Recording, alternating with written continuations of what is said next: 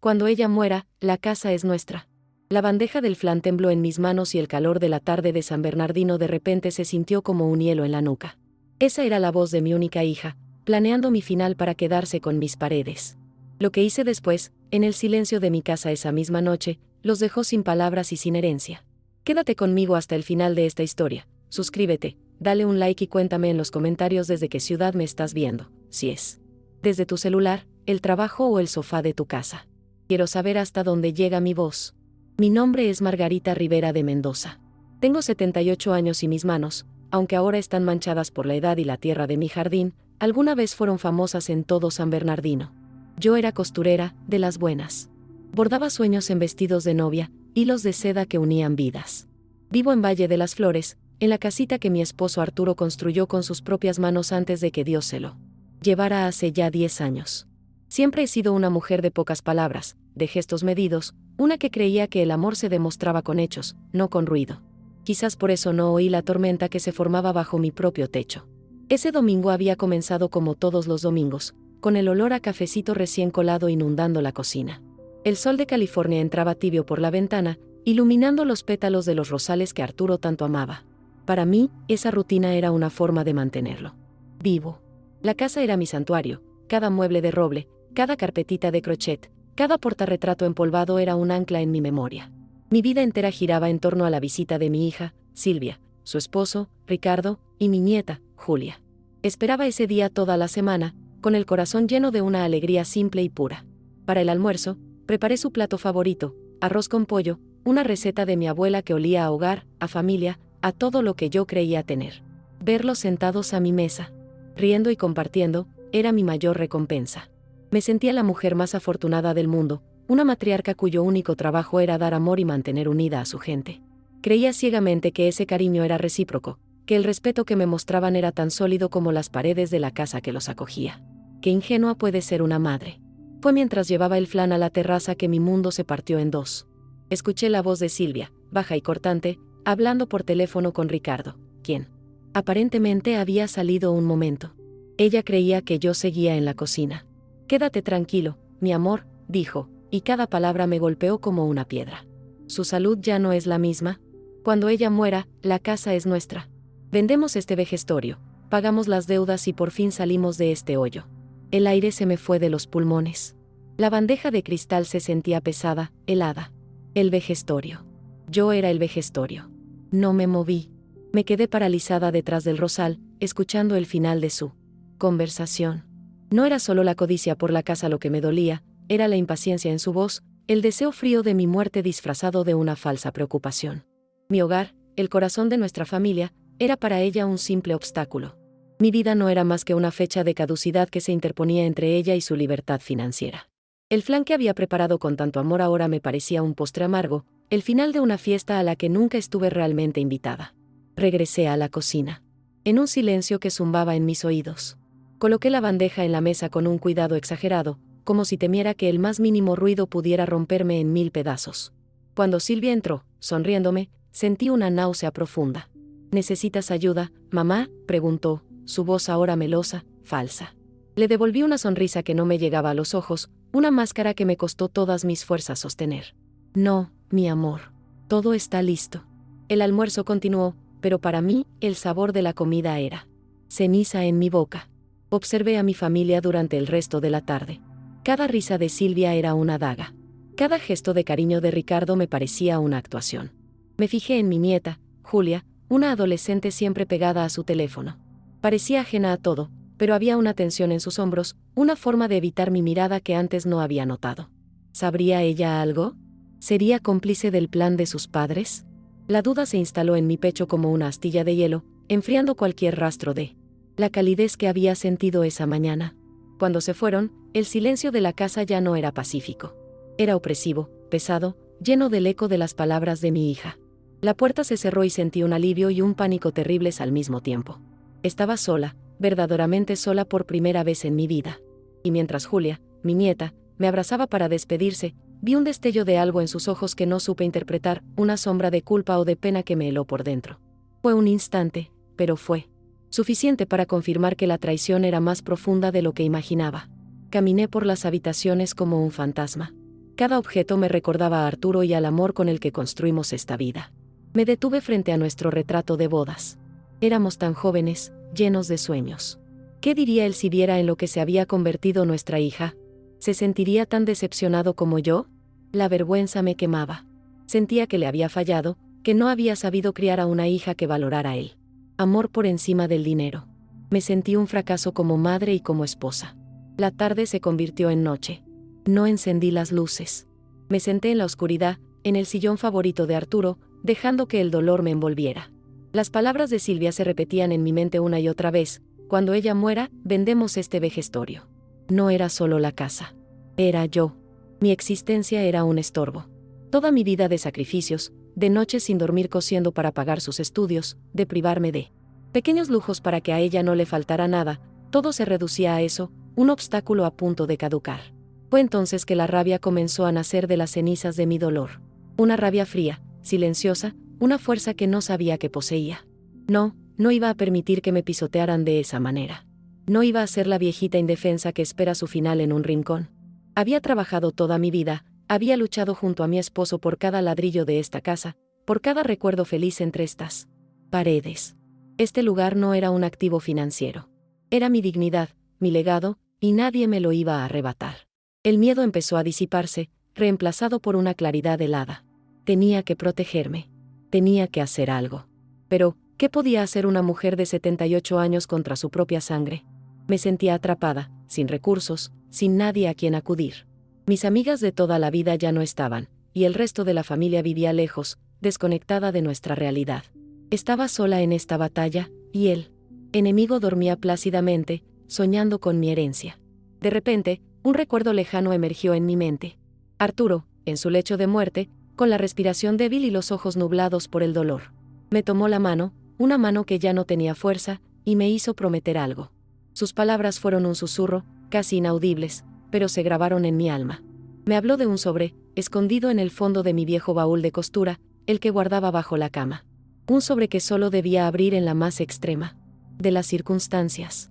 Margarita, me dijo con su último aliento, solo abre esto si algún día te sientes completamente sola y traicionada por aquellos a quienes más deberías proteger. En ese momento, no entendí. Creí que era el delirio de la enfermedad, una fantasía de un hombre que se iba. Guardé sus palabras en un rincón de mi memoria, como un recuerdo triste y confuso. Pero ahora, en la oscuridad de mi sala, esa advertencia cobraba un sentido aterrador y profético. La traición era real. La soledad era absoluta. El momento había llegado. Me levanté del sillón, mis rodillas crujieron en protesta, pero mi columna vertebral se sentía más recta que nunca. Había una misión que cumplir, una promesa que honrar. Ya no era la madre desconsolada. Era la viuda de Arturo Mendoza, y él, de alguna manera, había previsto este día. Había dejado una última herramienta para defenderme. Fue entonces que las últimas palabras de Arturo, susurradas con la poca fuerza que le quedaba, volvieron a mí, no como un recuerdo triste, sino como una orden. Una orden que me daba permiso para luchar.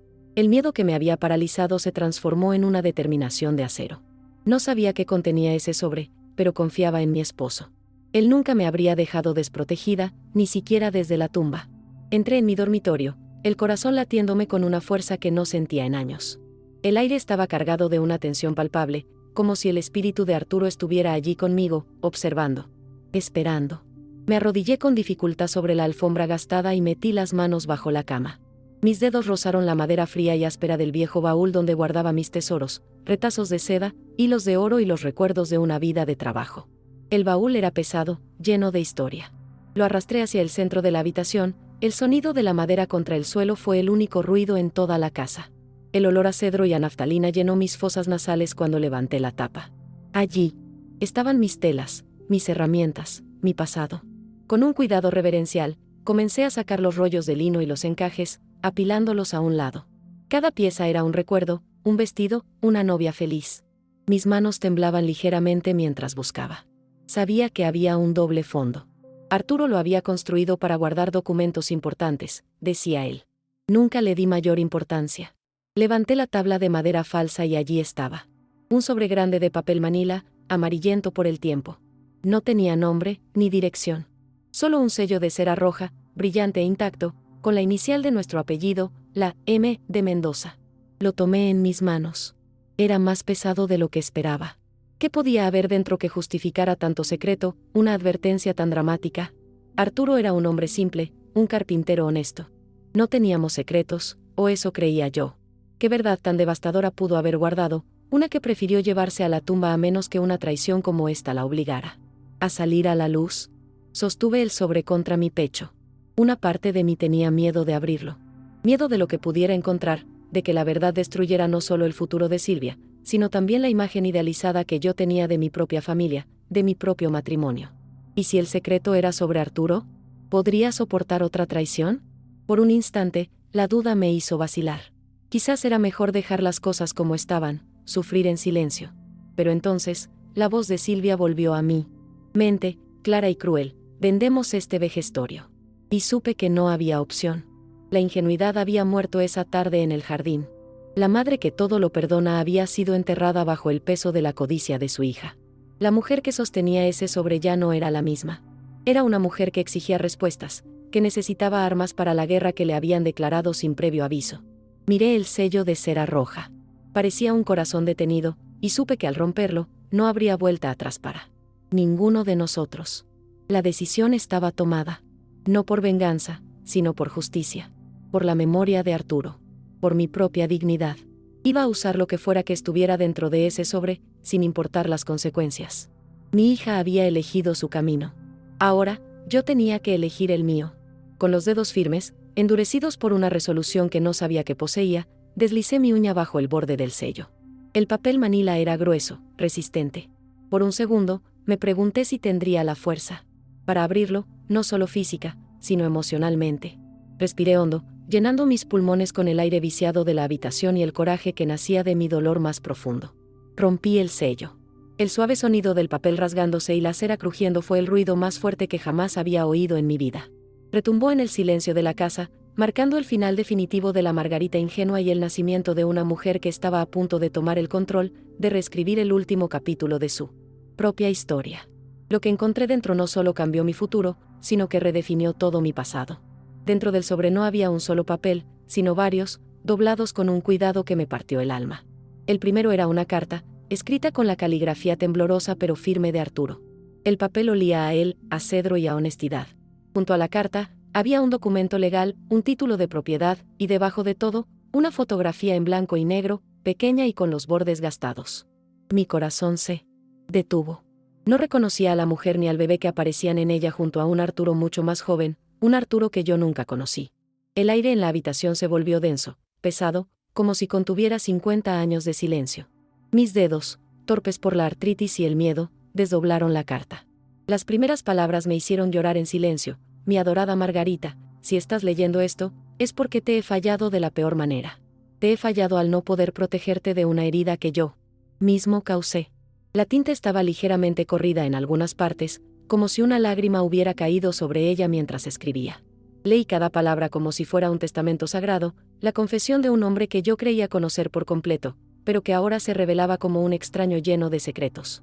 Arturo me contó una historia de su juventud, mucho antes de cruzar la frontera, en su pequeño pueblo de Michoacán. Me habló de un amor de adolescencia, de una muchacha llamada Elena y de un error nacido de la pobreza y la desesperación. De ese error nació un hijo, un niño al que llamó Esteban. Me explicó que tuvo que irse al norte a buscar trabajo, con la promesa de volver por ellos, una promesa que las deudas, la vida y, finalmente, su amor por mí, le impidieron cumplir. Sentí como si el suelo se abriera bajo mis pies, tragándose cada recuerdo feliz que habíamos construido juntos. La carta era una agonía. Arturo detallaba sus intentos fallidos por contactarlos, el dinero que enviaba y que nunca llegaba, la culpa que lo carcomía cada noche mientras yo dormía a su lado. Escribió: esta casa, Margarita, la construí con mis manos para ti, para nuestra Silvia, pero cada ladrillo lo pegué con el mortero de mi arrepentimiento. Quería construir un castillo para mi reina, pero en el fondo, estaba construyendo un refugio para el fantasma del hijo que abandoné. Mi casa, mi santuario, de repente se sentía como un monumento a una mentira. El documento legal era claro como el agua. Era una escritura de transferencia. Al morir Arturo, la propiedad de la casa no pasaba a mí por completo, ni a Silvia por herencia. Pasaba a ser propiedad de un fideicomiso cuyo único beneficiario era un hombre llamado Esteban García, residente de un pequeño pueblo en México. Yo tenía derecho a vivir en ella hasta el día de mi muerte, pero no podía venderla. No podía heredarla a nadie. La casa nunca había sido verdaderamente mía. Era de él, del hijo secreto de mi esposo. La fotografía fue el golpe final. Un Arturo de apenas 20 años, con el pelo negro y los ojos llenos de una tristeza que ahora entendía, sostenía en brazos a un bebé envuelto en una manta humilde. A su lado, una joven de trenzas largas lo miraba con una mezcla de amor y miedo. Era Elena. Era Esteban. Eran la familia que mi esposo había dejado atrás. La imagen se clavó en mi pecho como una astilla de vidrio, rompiendo la imagen perfecta del hombre con el que había compartido mi vida entera. Mi primera reacción fue la rabia. Una furia blanca y caliente que me quemó por dentro. ¿Cómo pudo? ¿Cómo pudo mentirme durante 45 años de matrimonio? Te amo, cada aniversario, cada noche que pasamos juntos ahora se sentía manchado por este secreto. Me sentí una tonta, una mujer ingenua que había vivido una farsa. Quise romper la carta, quemar la foto, destruir la prueba de su traición y seguir adelante como si nada hubiera pasado. Pero no podía. Miré a mi alrededor, a las paredes que él había levantado, a los muebles que había lijado, al jardín que habíamos cuidado juntos. Todo en esta casa era una extensión de él, de su amor y, ahora lo sabía, de su dolor. La rabia comenzó a ceder, dando paso a una pena profunda y abrumadora. No solo por mí, sino por él. Imaginé sus noches de insomnio, el peso de esa culpa silenciosa, el tormento de vivir una doble vida en su propio corazón. Y entonces pensé en Silvia. En sus palabras frías y calculadoras, vendemos este vejestorio. La comparé con la agonía de su padre, un hombre que, a pesar de su terrible error, había intentado enmendarlo de la única manera que sabía, asegurándose de que su primer hijo tuviera un techo, un legado. La codicia de mi hija, su falta de gratitud, de repente me pareció infinitamente más monstruosa que el secreto de mi esposo. Me senté en el borde de la cama, con los papeles esparcidos sobre la colcha, y sentí un cambio dentro de mí. El shock inicial se estaba transformando en una extraña forma de claridad. Arturo no me había dejado un problema, me había dejado una elección. Podía ocultar la verdad, proteger el futuro financiero de Silvia y vivir el resto de mis días con el peso de 2 secretos. O podía honrar la última voluntad de mi esposo, aunque eso significara destrozar a mi propia hija. Por un momento, la madre dentro de mí luchó con ferocidad. Silvia era mi sangre, mi única hija. A pesar de todo, la amaba. ¿Podría yo, con mis propias manos, quitarle el futuro que ella daba por sentado? ¿Podría enfrentarme a su ira, a su desprecio, a su dolor? La idea me aterrorizaba. Sería más fácil guardar el sobre en el baúl, olvidar lo que había leído y dejar que el destino siguiera su curso. Pero entonces, volví a mirar la foto del pequeño Esteban. Un niño inocente, ajeno a todo. Un hombre que, probablemente, había vivido una vida de carencias mientras su media hermana disfrutaba de todas las comodidades que el trabajo de su padre le había proporcionado. ¿Qué era más injusto? Quitarle a Silvia una casa que creía suya o negarle a Esteban la herencia que su padre había luchado por dejarle. La respuesta llegó con una certeza dolorosa. La justicia no siempre sigue los lazos de la sangre.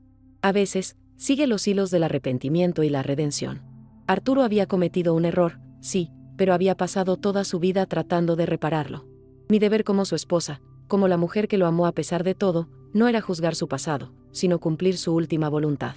Me di cuenta de que este sobre no era un arma para usar contra Silvia por su traición. Era algo mucho más profundo. Era una misión que Arturo me había encomendado. Una prueba de confianza, la última que me pedía. Él sabía que solo yo tendría la fuerza y la integridad para hacer lo correcto, incluso si eso significaba enfrentarme a nuestra propia hija. Me estaba pidiendo que fuera su conciencia, su mano ejecutora desde el más allá. Una calma extraña se apoderó de mí. La rabia se había disipado. El dolor seguía ahí, pero ahora tenía un propósito. Ya no me sentía una víctima de las circunstancias, ni de la traición de mi hija, ni del secreto de mi esposo. Por primera vez en muchos años, me sentí en control de mi propio destino, de mi propia moral. Sabía lo que tenía que hacer, y aunque el camino sería increíblemente difícil, era el único camino posible. No se trataba de venganza. Si hubiera querido vengarme de Silvia, habría vendido la casa y donado el dinero, o me habría ido de viaje por el mundo. No. Esto era sobre el honor, sobre la promesa de un hombre a su hijo, sobre la deuda de un padre, y sobre la mujer que, al final de todo, había elegido estar a la altura del amor y del hombre con el que se casó, con todas sus fallas y toda su humanidad. Recogí los papeles con una nueva determinación. El título de propiedad, la carta, la fotografía. Ya no eran símbolos de una traición, sino las herramientas para cumplir una promesa. Los guardé de nuevo en el sobre de Manila, pero esta vez no lo escondí. Lo dejé sobre mi mesita de noche, a la vista. Un recordatorio constante de la decisión que había tomado. Me sentí más cerca de Arturo que nunca.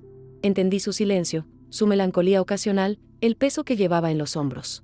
Y en mi corazón, lo perdoné. Lo perdoné por su secreto porque entendí el amor y la culpa que lo motivaron. Y al perdonarlo a él, me sentí liberada para hacer lo que tenía que hacer, sin odio ni rencor. Mi hija quería mi casa para pagar sus deudas y salir del hoyo.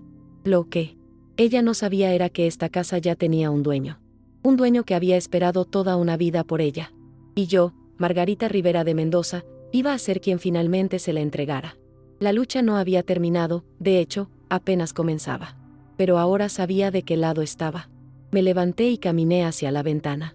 La luna llena iluminaba los rosales del jardín, las flores favoritas de Arturo. Parecían brillar con una luz propia, como si aprobaran mi decisión. Por primera vez desde que escuché las crueles palabras de Silvia, sentí una pizca de paz. Una paz forjada en el dolor, pero sólida como una roca. El plan comenzó a formarse en mi mente, claro y preciso. No sería impulsivo. Sería metódico, pensado. Necesitaría ayuda, un abogado, alguien que me guiara. Pero el primer paso era mío y solo mío. Tenía que encontrar a Esteban García. Tenía que mirar a los ojos al hijo de mi esposo y contarle la verdad. Esta revelación no fue un final, sino un comienzo. El verdadero punto de inflexión. La Margarita, que cocinaba flan los domingos, esperando ansiosamente la visita de su hija, había muerto esa tarde. La mujer que estaba ahora en su lugar era diferente. Era la guardiana de un secreto, la ejecutora de un testamento y una matriarca que estaba a punto de redefinir el verdadero significado de la familia. Tomé el viejo directorio telefónico de mi mesita de noche. Era un gesto anticuado, casi inútil en este mundo de Internet, pero era un comienzo. Un acto simbólico. Busqué abogados de inmigración, de derecho familiar. No sabía exactamente por dónde empezar, pero sabía que tenía que hacerlo. La inacción ya no era una opción. La casa estaba en silencio, pero mi mente era un hervidero de actividad. Ya no pensaba en la traición de Silvia, sino en la logística de mi misión. ¿Cómo encontrar a un hombre en México con tan poca información? ¿Cómo presentarle una verdad tan abrumadora? ¿Cómo protegerlo de la inevitable furia de Silvia cuando se enterara? Finalmente, dejé el directorio a un lado. Sabía que el primer paso no era legal, sino personal. Tomé una hoja de papel y un bolígrafo. Empecé a escribir una carta. No para Silvia, ni para un abogado. Era una carta para Esteban. Una carta donde me presentaba no como una amenaza, sino como un puente hacia su pasado, hacia la herencia que su padre nunca pudo darle en vida. En ese momento, acepté mi nuevo papel en esta historia. La primera luz del alba no me trajo paz, sino una urgencia que nunca antes había sentido. Me levanté. Antes de que el sol tocara mis rosales, no para preparar café, sino para releer la carta que había escrito para Esteban. Las palabras parecían torpes, insuficientes para abarcar medio siglo de silencio y una herencia inesperada. ¿Cómo se empieza a contar una historia así? Me di cuenta de que una carta no era suficiente. Necesitaba un plan, un camino real para llegar hasta él. Mi primer impulso, el de una mujer de otra época, fue ir a la Biblioteca Pública de San Bernardino, un lugar que no pisaba desde que Silvia era una niña. El lugar olía a papel viejo y a un silencio solemne que antes me resultaba reconfortante, pero que ahora se sentía opresivo. Le pedí ayuda a una joven bibliotecaria con gafas de colores para usar una de esas computadoras que siempre me habían parecido máquinas misteriosas e intimidantes. Quería buscar mapas de Michoacán, directorios, cualquier cosa. Mis dedos, acostumbrados a la aguja y el hilo, se sentían torpes y gigantes sobre el teclado. Cada clic era un error, cada ventana que se abría era un laberinto. Me sentí ridícula, una anciana inútil perdida en un mundo que ya no entendía. Después de una hora de frustración, logré encontrar un mapa satelital del pueblo que Arturo mencionaba en su carta. Ver esas calles polvorientas, esa pequeña iglesia en el centro, hizo que todo se sintiera aterradoramente real. Pero encontrar a un hombre llamado Esteban García en ese mar de techos de lámina era imposible. La bibliotecaria, con una paciencia infinita, me sugirió buscar en redes sociales, pero la sola idea me provocó un vértigo insoportable. Salí de allí con las manos vacías y el corazón pesado, sintiendo por primera vez que esta misión quizás era demasiado grande para mí. Esa noche, el miedo volvió a visitarme. Me senté en la oscuridad, con la foto de Esteban en mis manos, y me pregunté si no estaría cometiendo un error terrible. La imagen de Silvia, de su rostro cuando se enterara de todo, me atormentaba. La madre dentro de mí gritaba que la protegiera, que olvidara el sobre y dejara que las cosas siguieran su curso. ¿Qué derecho tenía yo a destruir su vida por un fantasma del pasado de su padre? El conflicto me partía en dos, una lealtad dividida entre el esposo muerto y la hija viva. El domingo siguiente fue el primer punto de quiebre. No preparé arroz con pollo. No puse el mantel bonito en la mesa. Cuando el teléfono sonó al mediodía, sabía que era Silvia. Su voz, al principio melosa, se fue tiñendo de impaciencia. ¿Mamá? No. ¿Vienes a abrir? Estamos afuera. Mi corazón martilleaba en mi pecho. Hoy no, Silvia, le dije, y mi propia voz sonó extraña, firme, como si perteneciera a otra mujer. No me siento bien para recibir visitas. El silencio al otro lado de la línea fue denso, cargado de incredulidad y enojo. ¿Qué te pasa? ¿Estás enferma? ¿Necesitas que llame a un médico?, preguntó, pero su preocupación sonaba falsa, una formalidad. Lo que realmente quería saber era por qué le estaba cerrando la puerta. Estoy bien, hija. Solo necesito descansar, respondí, y antes de que pudiera protestar, colgué. Dejar el teléfono en su base fue uno de los actos más difíciles y liberadores de mi vida. Me apoyé contra la pared, temblando, no de debilidad, sino de la adrenalina de haber movido la primera pieza en este tablero de ajedrez. La biblioteca había sido un fracaso, así que decidí recurrir a una institución que sí entendía, la iglesia. El martes por la mañana fui a ver al padre Miguel, el joven párroco de nuestra iglesia de Nuestra Señora de Guadalupe. Me senté en su oficina, que olía a cera de velas y a café fuerte, y le conté una versión editada de mi historia. Le hablé de un familiar perdido en México, de la necesidad de encontrarlo por un asunto de herencia familiar. No mencioné la traición de mi hija ni el secreto de mi esposo. No quería su juicio, solo su ayuda. El padre Miguel me escuchó con una calma que me tranquilizó el alma. No me hizo preguntas incómodas. En lugar de eso, fue práctico. Me explicó que su diócesis tenía programas de colaboración con varias parroquias en Michoacán. Podía hacer unas llamadas, preguntar discretamente. Me dio una tarea, escribir todos los detalles que supiera, el nombre del pueblo, el de la madre, Elena, cualquier dato, por pequeño que fuera. Por primera vez, sentí que no estaba completamente sola. Tenía un aliado. Los días siguientes se convirtieron en una nueva rutina. Por las mañanas, cuidaba mi jardín, pero mi mente estaba en otra parte, repasando los detalles de la carta de Arturo. Por las tardes, me sentaba con un cuaderno y apuntaba todo lo que recordaba, cada anécdota que Arturo me había contado de su juventud, buscando pistas ocultas.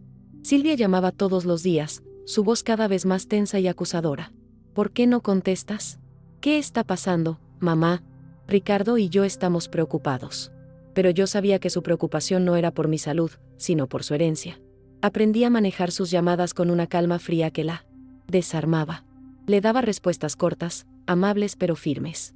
Ya no me sentía culpable, su insistencia solo reforzaba mi determinación. Cada llamada que ignoraba era un pequeño acto de rebelión, un paso más lejos de la mujer sumisa que había sido. Estaba construyendo un muro a mi alrededor, no por odio, sino por autoprotección. Necesitaba espacio para pensar, para actuar, sin su influencia manipuladora. Una semana después, el padre Miguel me llamó.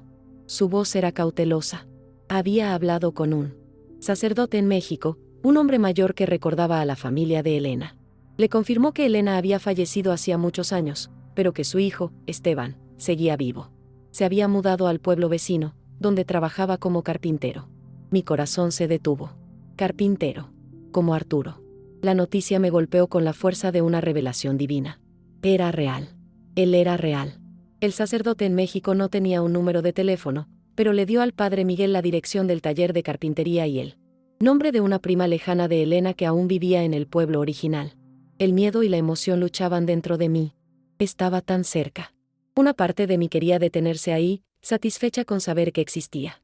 Pero la otra parte, la mujer nueva que estaba naciendo, sabía que tenía que seguir hasta el final. Tenía que hablar con él. Esa noche apenas dormí. La idea de llamar a una extraña en México, de preguntar por el hijo secreto de mi esposo, me parecía una locura.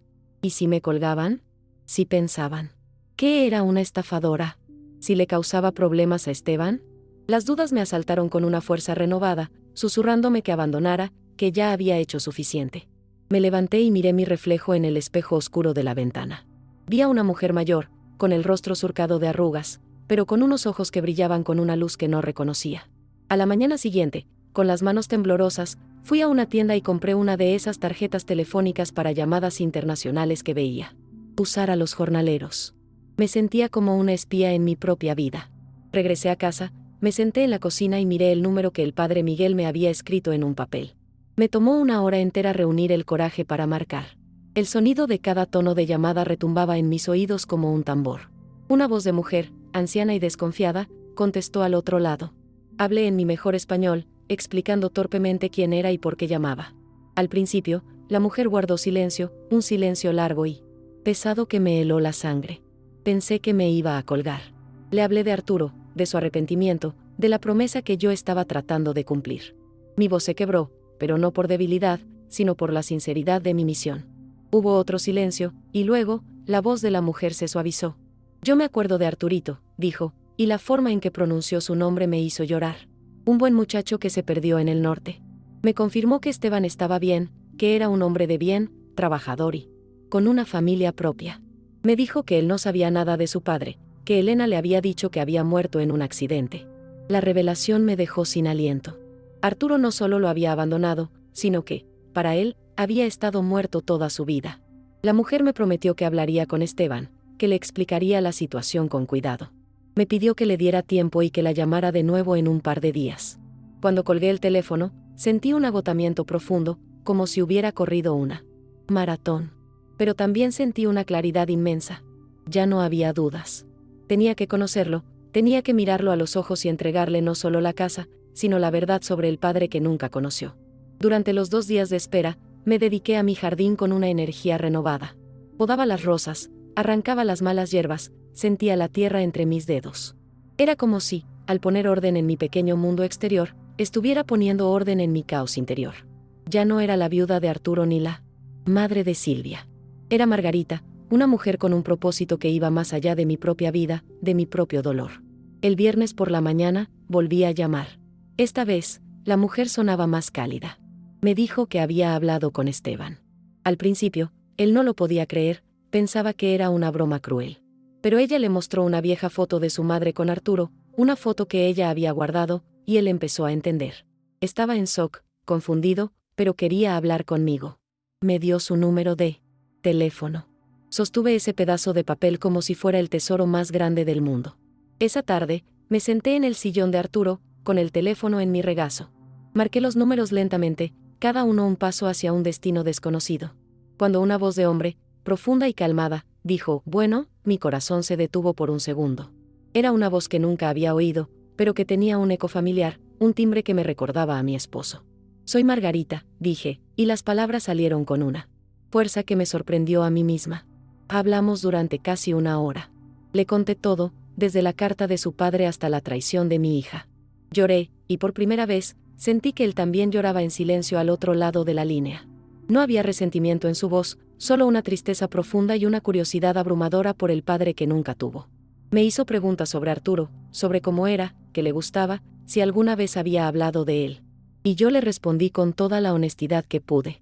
Reunir. Al final de la llamada, tomé una decisión. Esteban, le dije, esta casa es tuya. Tu padre quería que la tuvieras. Pero no puedo simplemente enviarte los papeles. Tienes que venir. Tienes que verla, que sentirla. Tienes que conocer el lugar donde tu padre pensó en ti todos los días de su vida. Hubo un largo silencio, y luego su respuesta, llena de una emoción contenida, iré, señora Margarita. Iré. Cuando colgué, el sol de la tarde entraba por la ventana, bañando la sala en una luz dorada. Me sentí completamente en paz.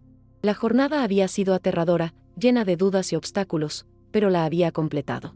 Había cruzado el puente que Arturo había dejado sin terminar. Había conectado 2 mundos que nunca debieron estar separados. Miré mis manos, manchadas de tierra del jardín. Ya no eran las manos de una simple costurera o de una madre abnegada. Eran las manos de una mujer que había desenterrado un secreto, enfrentado a su propia familia y cruzado fronteras para cumplir una promesa. La Margarita que cocinaba flan los domingos ya no existía. En su lugar, había una mujer que estaba a punto de recibir al verdadero heredero de esa casa. Y por primera vez, me di cuenta de que no tenía miedo de lo que Silvia diría o haría. Su opinión ya no importaba. Lo único que importaba era la justicia, la memoria y la extraña y nueva familia que estaba a punto de nacer de las cenizas de una vieja mentira. Mi transformación estaba completa. Almohadilla, almohadilla, almohadilla, asterisco, encerramento, do video y así. Mientras esperaba la llegada de Esteban, me di cuenta de que esta casa ya no era solo un refugio de recuerdos, sino un puente hacia el futuro. A veces, las verdades más dolorosas son las que más nos liberan. Me pregunto cuántos de ustedes han tenido que tomar una decisión que lo cambia todo, que los obliga a elegir entre la sangre y lo que es correcto. Si esta historia te tocó de alguna manera, cuéntame en los comentarios qué sentiste o si viviste algo parecido. Tu voz es importante para mí. Cada familia tiene sus secretos, sus dolores guardados bajo llave. Quizás mi historia pueda ayudar a alguien a encontrar la fuerza para abrir su propio baúl. Si crees que este relato puede darle coraje a alguna persona que conozcas, compártelo. A veces, saber que no estamos solos en nuestras batallas es todo lo que necesitamos para dar el primer paso. No pido que te suscribas por un número más, sino para que te quedes cerca. Para que sigamos compartiendo estas historias que nos recuerdan lo fuertes que podemos ser, incluso cuando creemos que ya no nos quedan fuerzas. Si quieres acompañarme y escuchar cómo termina este encuentro y otras historias de la vida real, te invito a formar parte de esta comunidad. Gracias por quedarte conmigo hasta el final, por escucharme con el corazón abierto. Cuidar de la memoria de quienes amamos es, a veces, el acto más valiente que podemos hacer. Y ahora, con su permiso, voy a preparar un café, porque pronto tendré una visita muy importante. Y esta vez, la casa se sentirá más un hogar que nunca. La semana que precedió a la llegada de Esteban fue la más larga y, a la vez, la más corta de mi vida. La casa, que antes me parecía un mausoleo de recuerdos, de repente se sentía como un escenario a punto de recibir a su actor principal. Limpié cada rincón, no con la ansiedad de una anfitriona, sino con la solemnidad de una guardiana que prepara un santuario para su legítimo heredero.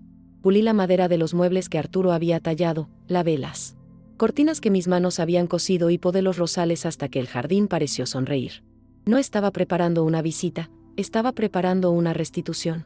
Cuando el taxi se detuvo frente a mi casa y vi bajar a un hombre alto, de hombros anchos y con el mismo cabello oscuro y ondulado de Arturo, sentí que el tiempo se doblaba sobre sí mismo. Tenía los ojos de su madre, los de la fotografía, pero su sonrisa tímida, la forma en que se frotaba las manos nerviosamente, era toda de su padre. Me quedé en el umbral de la puerta, incapaz de moverme, mientras él caminaba por el sendero de piedra que Arturo había construido. No nos abrazamos. No había confianza para tanto. Solo nos miramos, y en ese silencio, un puente de 45 años se construyó entre nosotros. Le mostré la casa. Cada habitación era una estación en el viacrucis del arrepentimiento de su padre. Aquí estaba su taller, le dije, abriendo la puerta del pequeño cuarto trasero que olía a serrín y a sudor honesto. Pasaba horas aquí, y ahora entiendo que no solo trabajaba la madera, sino también su culpa. Esteban tocó un viejo serrucho colgado en la pared con una reverencia que me conmovió. No dijo nada, pero sus ojos lo decían todo. Estaba conociendo a su padre a través de los objetos que él había amado, del espacio que había habitado. Esa tarde, sentados en la cocina, la misma donde yo había sentido la traición de mi hija, Esteban sacó de su billetera una foto gastada de su esposa y sus 2 hijos. Ellos son mi familia, dijo con un orgullo tranquilo. Ver los rostros de mis nuevos nietos, niños que llevaban la sangre de Arturo sin saberlo, fue una conquista intangible, más valiosa que cualquier ladrillo de esa casa. Comprendí que mi misión no era solo entregar una propiedad, sino unir las 2 mitades de un legado roto, darle a esa nueva generación la historia que les habían negado. La Margarita de antes, la que vivía para el almuerzo del domingo, se habría deshecho en disculpas, habría sentido vergüenza por el secreto de su esposo. Pero la mujer que ahora servía café a Esteban era diferente.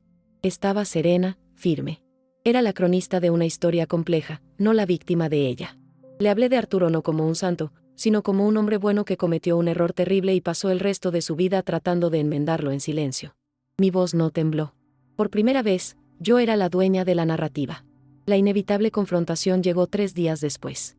El timbre sonó con la insistencia furiosa que solo podía ser de Silvia. Había venido con Ricardo, ambos con rostros que eran una máscara de falsa preocupación y enojo real. Cuando abrí la puerta y me vieron acompañada de un extraño, la confusión se apoderó de ellos. ¿Quién es este, mamá?, preguntó Silvia, su voz afilada, ignorando por completo a Esteban y dirigiéndose solo a mí, como si él fuera un mueble. Silvia, Ricardo, dije con una calma que los descolocó por completo. Les presento a Esteban García. Es él, hijo de tu padre. Las palabras quedaron suspendidas en el aire de la sala, pesadas e irrevocables. Vi el rostro de Silvia pasar por un torbellino de emociones, la incredulidad, el desprecio, el pánico y, finalmente, la furia más pura que jamás había visto. ¿Qué locura estás diciendo? Mi padre no tuvo otros hijos. Este hombre es un estafador que se está aprovechando de tu vejez. Ricardo, siempre más calculador, intentó intervenir. Margarita, con todo respeto, creo que está confundida. Deberíamos hablar en privado. Pero yo no me moví. Fui hasta la mesita del centro, tomé el sobre de Manila y saqué el documento del fideicomiso. Se lo entregué a Ricardo. No estoy confundida. Arturo dejó todo por escrito.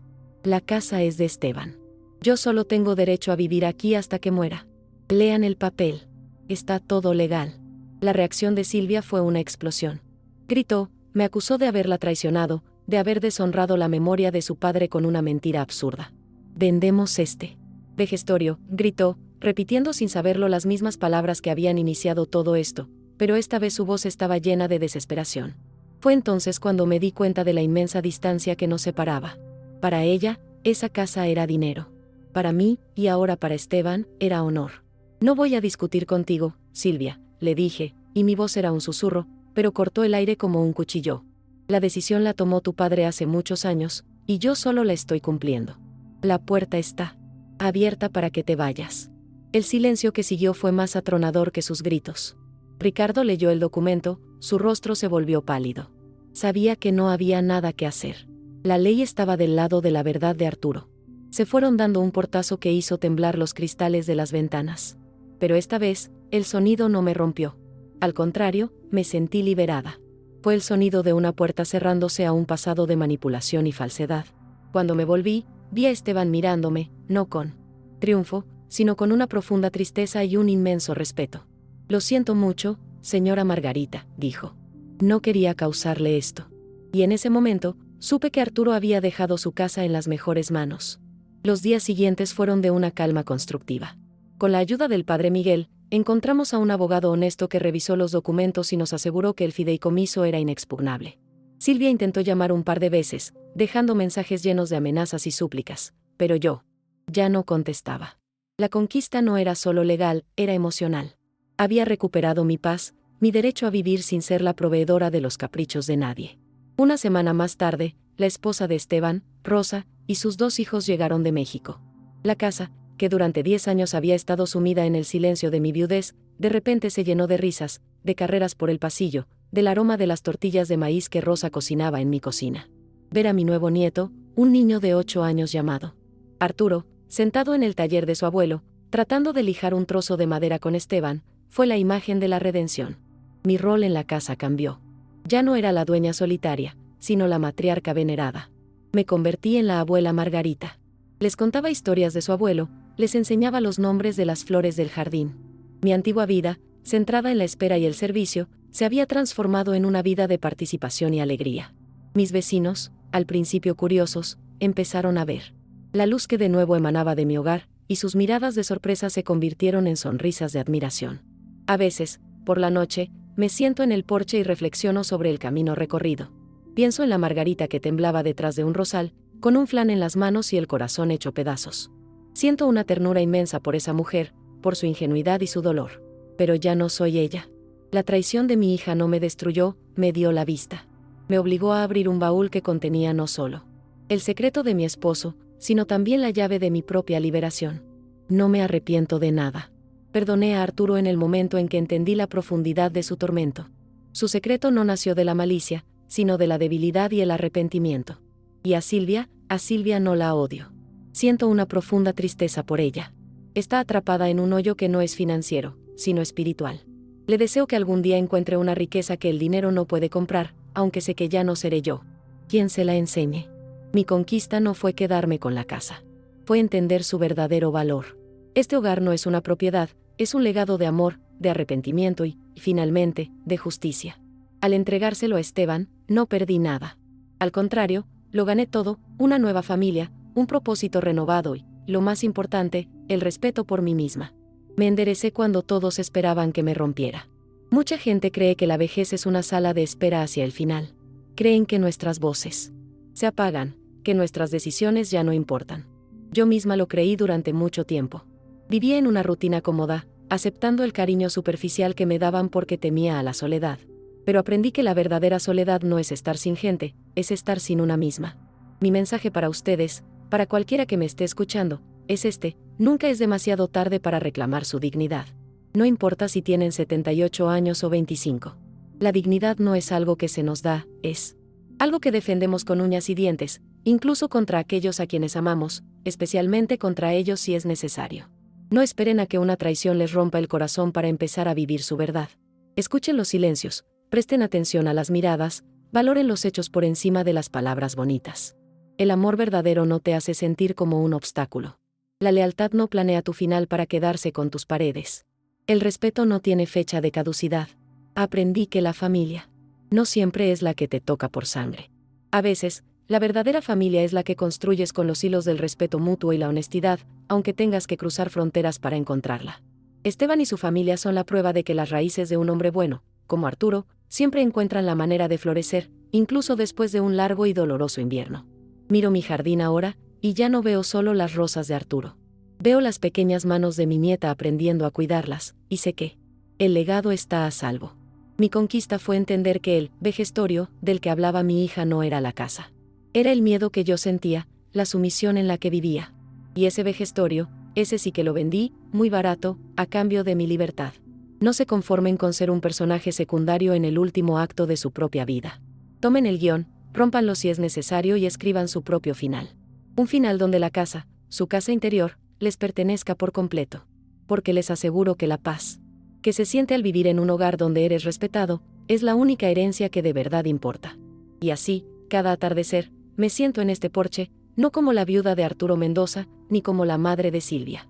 Me siento como Margarita Rivera, una mujer de 78 años que desenterró un secreto, reunió a una familia y, finalmente, aprendió a florecer en su propio jardín. Y esa, mis amigos, es una conquista que nadie, nunca, podrá arrebatarme. Mi historia no es sobre una casa. Es sobre encontrar el coraje para abrir la puerta a la verdad, sin importar quién esté del otro lado. Porque solo cuando la verdad entra, la paz puede finalmente encontrar un lugar para sentarse a tu mesa. Y ahora, en mi mesa, siempre hay un lugar extra, y el café siempre está recién colado, listo para la familia que elegí.